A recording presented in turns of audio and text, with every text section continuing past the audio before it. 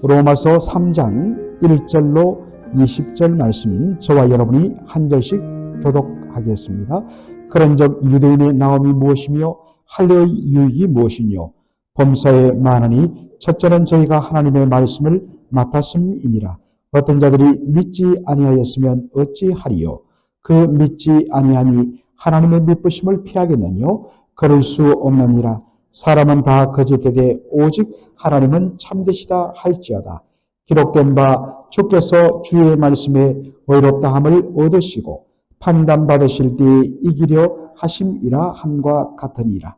그러나 우리 불의가 하나님의 의를 드러나게 하면 무슨 말하리요? 내가 하나님의 말하는 대로 말하노니 진노를 내리시는 하나님이 불의하시냐?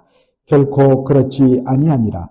만일 그러하면 하나님께서 어찌 세상을 심판하시리요? 그러나 나의 거짓말로 하나님의 참되심이 더 풍성하여 그의 영광이 되었으면 어찌 나도 죄인처럼 심판을 받으리요?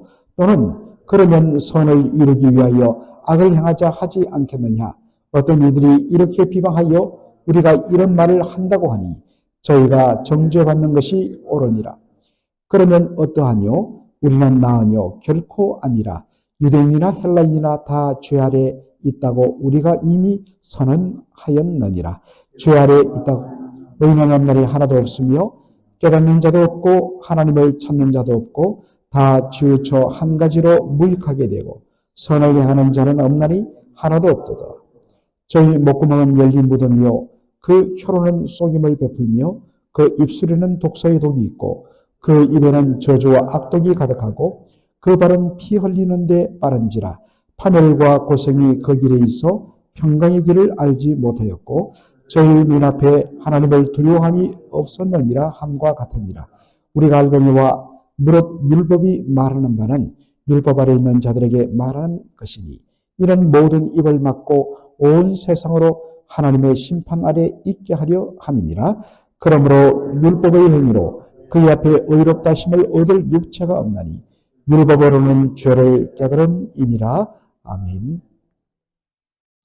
오늘 저는 로마서 3장 1절로 20절을 본문으로 율법의 첫 번째 기능, 죄를 깨닫함이라는 제목으로 말씀을 전하고자 합니다. 어제 본문의 내용이 유대인들은 다른 민족이 받지 못한 하나님의 말씀, 율법을 받은 것, 그리고 하나님께서 친히 할례를 베풀어서 하나님의 백성 삼으신 것, 율법과 할례라는 놀라운 특권을 가졌다 했습니다. 그러나 율법과 할례 그 자체가 그들을 하나님 앞에 세울 수는 없다고 말하였습니다. 왜냐하면 율법을 가졌지만은 그 율법에 합당하게 그들은 살지 못했기 때문입니다. 이것은 우리 모든 사람에게 다 적용되는 부분입니다. 또한 그들이 받은 할례는 바로 우리가 하나님과 언약을 맺은 하나님의 백성이라는 것을 드러내는 외적 표시인데 그 할례만으로 자동적으로 하나님의 백성이 될 수 없다고 했습니다. 그 할례 속에 포함된 고백들, 바로 하나님이 내 하나님이시며 나는 그분의 백성임을 고백하며 하나님의 주권을 인정하고 그분의 말씀에 다스림에 순종하는 백성의 삶에 열매가 있을 때에 비로소 할례는 효력을 발생한다 했습니다. 그런데 어떻습니까? 이스라엘 백성들 하나님께서 출애굽한 때로부터 그들의 삶 거의 800년 동안 끊임없이 하나님을 향하여 대적하고 불순종하고 말씀을 떠난 전혀 그들에게는 하나님의 백성의 삶의 열매가 없었습니다. 그래서 멸망을 당했습니다. 그래서 바빌론 포로로 끌려간 것을 우리가 보게 된 것입니다. 그러다 보니 결국에는 율법을 가졌음에도 할례를 받았음에도 그들의 불순종과 범죄함으로 이스라엘 백성들은 심판을 받을 수밖에 없다는 것입니다. 자, 이렇게 나가자 그 다음부터는 각종 궤변들이 등장합니다. 말도 안 되는 그러한 주장들이 나옵니다. 오늘 본문에는 그 몇 가지를 소개하고 있습니다. 3절 보니까 어떤 자들이 믿지 아니하였으면 어찌하리요? 그 믿지 아니함이 하나님의 믿으심을 피하겠느냐? 참 이 말씀 알 듯 모를 듯 합니다. 자, 어떤 사람이 하나님을 믿지 않고 불신앙의 삶을 살았다면 이 불신앙 속에는 불순종까지를 다 포함하는 거죠. 그러면 그것이 하나님의 믿으심을 피할 것인가? 하나님의 믿으심이란 것은 하나님 약속하신 것을 끝까지 신실하게 지키시는 하나님의 신실하심을 뜻하는 표현이죠. 그러면 그것을 피할 것인가? 무효화시킬 것인가? 라는 말입니다. 그들은 왜 이렇게 이야기하느냐? 비록 우리가 불신앙의 삶을 살고 우리가 하나님의 말씀에 불순종하는 삶을 산다고 할지라도 하나님은 어떤 분이신가? 하나님은 그의 대표 성품이 신실하신 하나님 아니신가? 그렇다면 하나님은 그 신실함에 근거하여 우리의 불신앙과 우리의 불순종에 대하여 용납하시고 끝까지 품어주셔서 그렇게 우리를 향하여 끝까지 신실하심을 보일 것이다 라고 이야기하는 것입니다. 그런데 여러분, 하나님의 신실하심은 바로 하나님께서 그 말씀에 근거하여 범죄한 자들에게는, 불순종한 자들에게는, 끝까지 고집 부린 자들에게는 반드시 심판하시는 것으로도 드러나는 것입니다.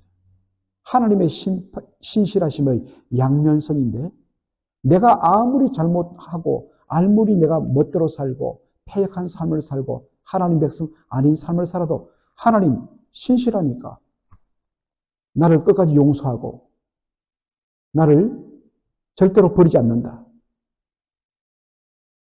이거 하나님 이용하는 것입니다. 물론 하나님 신실하십니다. 그러나 하나님의 신실하심은 죄를 미워하시고 그 회개하지 않는 불순종에 대해서는 반드시 심판하시는 하나님으로 하나님의 신실하심이 드러나야 하는 것입니다. 또 하나의 계변은 뭐냐? 로마서 3장 7절에 나옵니다.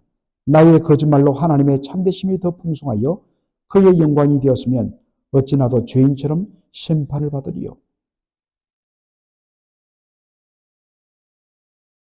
하나님은 참되신 분인데 그 하나님의 참되심이 더 극명하게 드러나는 방법이 뭐냐? 나의 거짓이란 겁니다. 나의 거짓말 때문에 하나님의 참되심이 더 드러난다. 그러면 하나님의 참되심을 더 드러냈기 때문에 하나님의 영광을 드러냈기 때문에 내가 왜 심판을 받는가? 라는 말도 안 되는 궤변을 쏟아놓는 것입니다. 마치 공부 안 하고 꼴등 먹은 학생이 내가 말이야 공부 안 했기 때문에 네가 나보다 더 좋은 성적 받은 거야 라는 말도 안 되는 궤변. 그래서 너 짜장면 사야 돼. 이 논리와 똑같습니다. 그 다음에 혹은 이렇게 말합니다. 우리가 선을 이루기 위하여서 악을 행하자. 여러분 이게 이제 무슨 말이냐면 로마서 5장 후반부부터 6장 초반 부분에 나오는 말인데 사도 바울이 이야기합니다. 하나님이 얼마나 사랑이 많으시냐면 우리가 범죄함에도 불구하고 그리스도 예수의 은혜로 그 우리의 범죄를 완전히 덮을 정도로 하나님의 은혜와 사랑이 넘친다. 그래서 하는 말이 죄가 더한 곳에 은혜는 더욱더 넘친다 라고 하는 말씀이 있습니다. 자, 그렇다면 사람들이 죄가 더한 곳에 은혜가 넘쳐? 그러면 우리가 나쁜 짓 더 저지르면 하나님은 더 우리를 위하여서 은혜를 베푸시고 더 사랑을 부으시겠느냐? 더 못되게 살자. 이 말도 안 되는 논리가 실질적으로 당시에 그 유행했다는 것입니다. 나중에도 6장 보겠지만 그럴 수 없느니라. 그럴 수 없느니라. 진짜 하나님의 놀라운 은혜와 사랑을 제대로 맛봤다면 우리가 그렇게 살 수가 없다. 비록 우리는 연약하여서 때때로 넘어지고 범죄할지라도 진짜 은혜 받은 사람은 내가 이렇게 살 수 없는데 이 은혜 받은 자의 합당한 삶을 못 살고 또다시 죄 가운데 살기 때문에 오히려 그것 때문에 아파하고 그것 때문에 탄식하고 그것 때문에 몸부림치며 그것 때문에 회개하며 성령의 은혜를 구하며 더욱더 은혜 받은 자로 살려고 몸부림치는 것, 이게 진짜 은혜 받은 사람의 증거이지 하나님의 은혜를 더하게 하려고 내가 더 죄를 짓는다? 있을 수 없다는 것입니다. 이것도 궤변이라는 것입니다. 나의 하나님의 참되심을 드러내어 영광을 돌리기 위해서 나의 거짓말은 참된 것이다. 선을 이루기 위해서 악을 행하자. 말도 안 되는 궤변이라는 것입니다. 이처럼 사람들, 특별히 유대인들은 말도 안 되는 궤변으로 자신의 죄를 합리하면서 우리는 하나님 앞에 심판을 받지 않을 것이다 라고 말합니다. 그러나 아무리 그러한 궤변으로 자신을 합리화해도 하나님은 참되시기 때문에 그 하나님의 참되심 앞에서 그 죄는 결코 용납되지 않고 반드시 심판을 받게 된다는 것입니다. 우리가 로마서 1장 18절부터 3장 8절까지 거기서 바울은 이방인 뿐만 아니라 유대인들도 하나님의 심판의 대상이심을 다시 한 번 더 이렇게 밝힙니다. 그 누구도 죄에 대하여서 하나님의 심판을 면할 수 없다고 이야기합니다. 그러면서 이것에 대한 결론으로 바로 9절 이하에 말합니다. 유대인이나 헬라인이나 다 죄 아래 있다고 우리가 이미 선언했다고 말을 합니다. 그러면서 10절부터 18절까지 구약 성경을 인용하여서 바로 모든 인류가 죄인임을 그렇게 하나씩 정관한 말씀을 듭니다. 그리고 그 대표적인 것이 뭡니까? 기록되어서되 의인은 없나니 하나도 없다라는 말씀입니다. 절대적으로 의로우신 하나님의 기준 앞에 상대적으로야 내가 어떤 사람보다 좀 더 의롭고 우리 민족이 이방 민족보다 더 의로울진 몰라도 절대적인 의의 기준으로 판단하시는 하나님의 눈앞에서는 모두 다 죄인이란 것입니다. 의인은 없나니 하나도 없다. 하나님을 깨닫는 자도 없고 하나님을 찾는 자도 없다. 완전히 영적으로 죽었기 때문에 생명의 근원이신 하나님으로부터 영적으로 분리되고 단절되었기 때문에 죄로 말미암아서 하나님에 대하여서 어떤 관심도 없습니다. 그리고 우리 인생은 너무 약해요. 그래서 신의 도움을 필요로 하는데 하나님의 도움을 필요로 하는데 타락한 인생들은 정말 성경이 말하는 참 하나님을 의지하지 않습니다. 기껏 의지한다는 것이 뭡니까? 있지도 않은 우상들을 만들어 그 우상에게 정성을 쏟으면서 뭔가를 이루어내고 문제를 해결하는 그런 의미에서 하나님을 찾지도 않습니다. 선을 행하는 자는 없나니 하나도 없도다. 아니 목사님, 예수와 믿는 사람들 중에 착하게 선하게 사람들이 얼마나 많습니까? 예, 맞지요. 그러나 성경이 말하는 선은 언제나 그 출발점이 하나님이 살아계심이요. 그 하나님의 살아계심을 인정하고 그리고 늘 그분의 뜻에 내 뜻을 온전히 일치시켜 그분의 뜻에 순종하겠다 라는 것이 선입니다. 그래서 선이란 말 히브리 원어적으로 보면 바로 일치하다라는 말이 있습니다. 하나님의 뜻이 옳습니다. 제 뜻을 하나님의 뜻에 온전히 일치시켜 순종하겠습니다. 라는 것이 선입니다. 그런 의미의 영적인 선에 있어서 선을 향할 자가 없다라는 것입니다. 목구멍은 열린 무덤이고 혀는 속임을 일삼고 입은 저주와 악독이 가득하다. 여러분, 우리의 목, 혀, 그리고 우리의 어떤 그러한 말들, 이것은 모두 다 우리의 마음속의 부패를 뜻합니다. 우리의 목과 입과 그것을 통하여 쏟아내는 모든 악독은 결국에는 마음으로부터 비롯되는 것입니다. 마음속에 온갖 미움과 악독과 저주가 가득하다는 것입니다. 이러한 삶의 결과는 어떻느냐? 파멸과 고생이 그 길에 있어 평강의 길을 알지 못한다라고 이야기합니다. 사람들은 자기의 탐욕과 욕심대로 살면 정말 인생이 행복하고 즐거울 줄 알았는데 살아보니까 파멸과 고생의 길밖에는 없더라는 것입니다. 거기에는 어떠한 평강의 길도 없습니다. 그렇게 살면 살수록 마음속에 불안함과 마음속에 허망밖에 남지 않습니다. 그럼에도 불구하고 하나님을 두려워하지 않습니다. 이것이 하나님을 떠난 모든 인생의 문제라고 지적합니다. 그래서 바울이 마지막으로 선언한 것이 무엇입니까? 19절로 20절의 말씀입니다.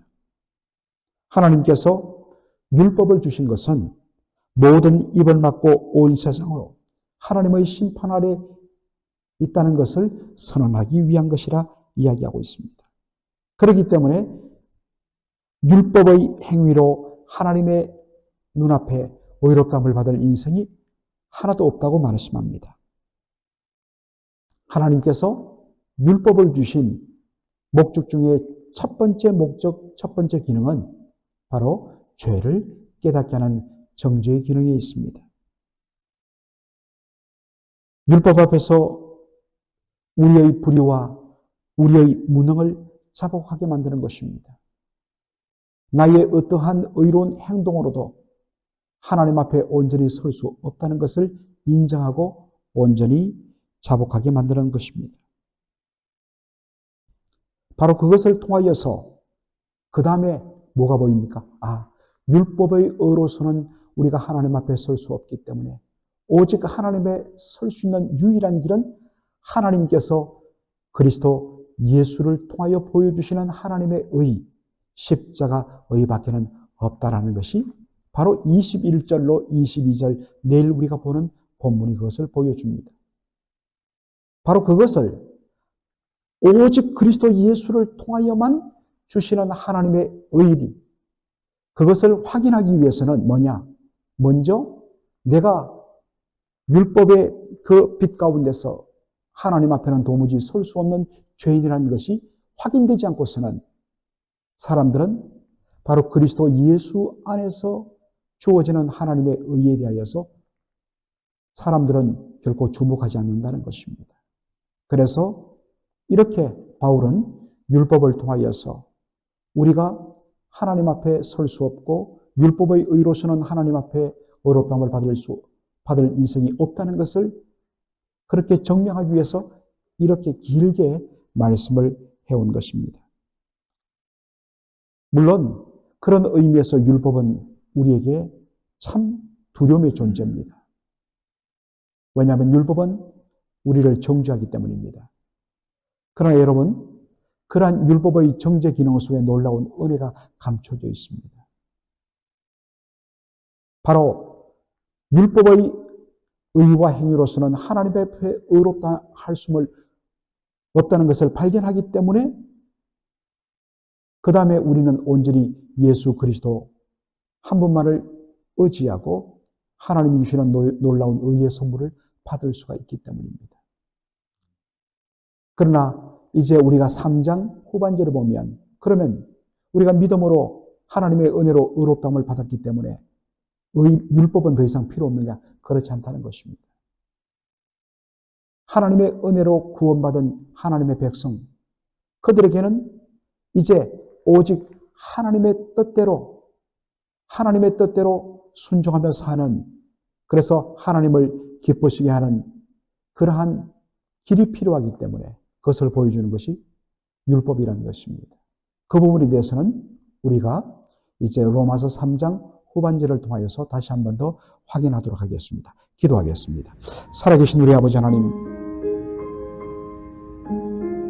사도 바울이 집요하게 율법의 의로서는 하나님 앞에 의롭다함을 받을 인생이 없는 것을 보여주기 위하여서 로마서 1장 바로 후반부터 3장 중반까지 이르러 끊임없이 말씀을 통하여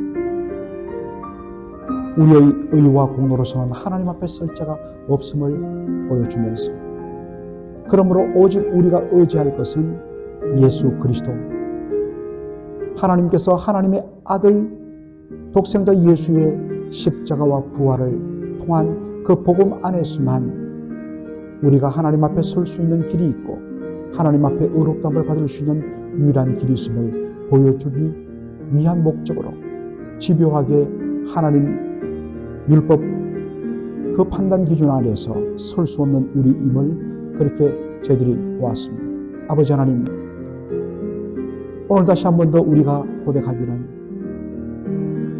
우리의 어떤 의도, 어떤 공로도, 어떤 자랑도 그것이 하나님 앞에 우리 자신을 세울 수 없다는 것을 기억하게 하여 주시고, 오직 우리가 자랑할 것, 그것은 우리를 하나님 앞에 세우게 만드신 예수 그리스도의 십자가 밖에는 없다는 것 기억하게 하시며, 날마다 주님 한 분만을 자랑하며 주님 한 분만을 즐거워하며, 그리고 그러한 은혜를 주신 주님 한 분만을 오직 기쁘게 하는 저희들의 삶이 되게 하여 주시옵소서. 예수님의 이름으로 기도하옵나이다. 아멘.